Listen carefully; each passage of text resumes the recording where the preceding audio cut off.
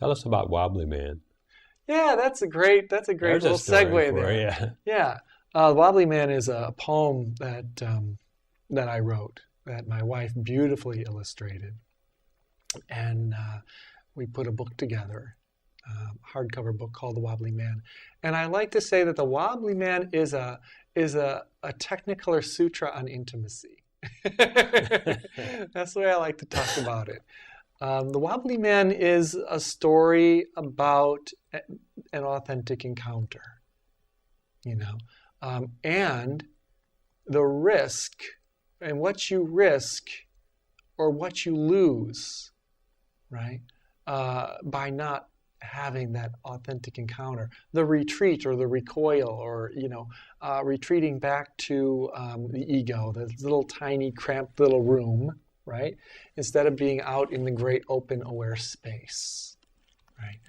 And in that little room, it gets cramped and it's dark and there's no light and it's frightening and you're there with all of your stuff, right?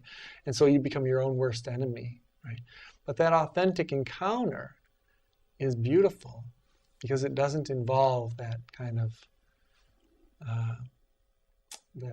all those fears and all of those insecurities. And yet, we ironically call it the Wobbly Man. So there seems to be an insecurity there. Because we're wobbling, right? There seems to be an insecurity. Or a surprise or something there. Yeah, there seems to be an insecurity there, but it's more of the insecurity of an infant. Like rather than unsureness, huh? Yeah, rather than the insecurity of a neurotic. There's a huge difference between the insecurity of an infant and the insecurity of a neurotic, right? The infant is not torturing itself with mind, with thoughts, right? The infant might be insecure in a sense, right? Because it might not, well, gee, what happens when I do this or what happens when I do that? It's kind of like being thrown, let's say, okay, I don't know if you ever had this experience, right? But you're in a body, right? And you know all the rules, right? For being in a body, right? Because you're in a body, you're, the embodiment of whatever, right? And then you're thrown out of the body and you don't know any rules because you're now prehistoric. You're your prehistoric self. And you're out of the body, but you don't know.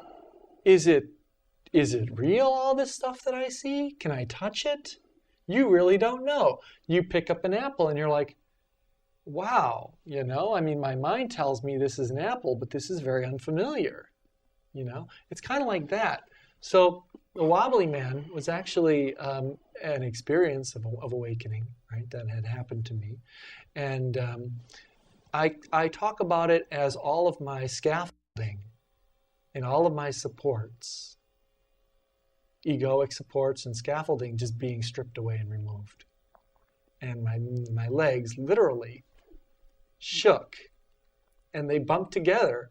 And I was almost like, how do I balance myself? I felt like I had new legs that had never walked before, right? And so that's how the Wobbly Man, came into existence. I had new legs, had never walked before, and didn't know the rules of how to stand.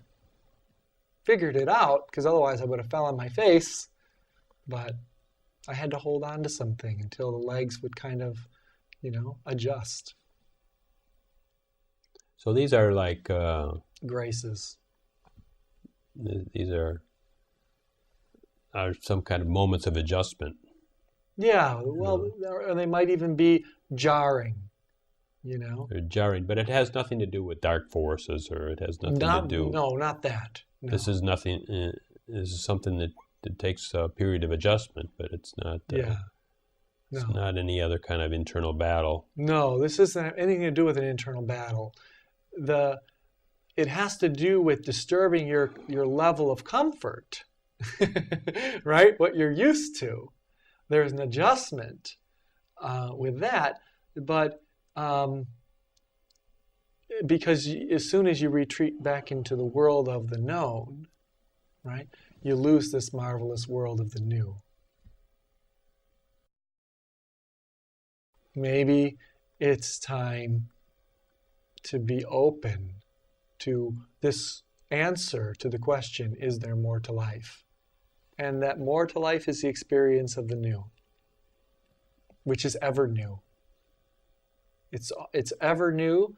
It's like the essential encounter, which is ever new. As soon as the essential encounter is old to you, something, right? Some contribution of history was made. Some thought came in and said, okay, this is getting old. Or I'm no longer fascinated with this because I know. Okay, I know this. I've absorbed everything here. I've seen all nothing to see here. Nothing more to see here. Moving on. Right? What's next? Instead of what's now, we go to what's next. What's next? That's the impatience that doesn't allow for the authentic encounter. It's what's now. What's now? So it's real obvious when that shift between what's now to what's next. Very obvious. Your mind. And that's when moving. The contribution has dropped its load. That's right. That's when the contribution is done. It's been made. Resistance comes up. So resistance is actually to what's now. And that resistance is probably what generates what's next. Yeah. What's now is resisted. Right.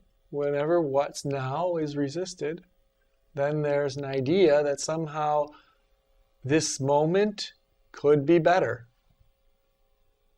That's an idea. This moment could be better. Right. If I were God, this moment would be better. That's the ego. But anyhow, this resistance is a contribution from history.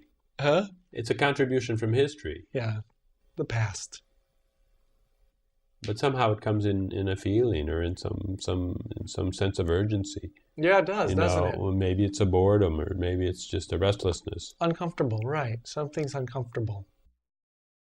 What it is, really, when you look at it, something's uncomfortable. Right? And it's we not had okay. a beautiful retreat. Right. And it's not okay. We had a beautiful retreat, and we ate, dinner this evening. Right. Mostly in silence. And it wasn't uncomfortable. There wasn't anything uncomfortable about it.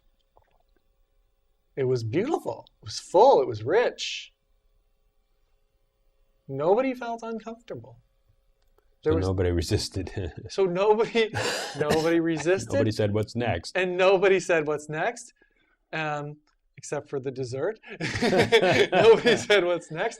And nobody imposed, right, a contribution to change the moment into something else, to disrupt the silence, and there was nothing that was uncomfortable about it. It's beautiful, right? So what is it, right, that causes us to feel uncomfortable so that we have to move from the now into what's next, right? So we have to move from what's actually happening into the theoretical, what could be, or the analytical, or the whatever, what could be happening. Maybe it's enough. What should be happening. Maybe it's just enough to notice it, because we just said, well, what is it that causes the being with the now to be resisted?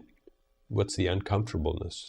Yeah. But maybe it's not. Instead of to ask what, it's just to say let's notice. Let's notice that there is an uncomfortableness.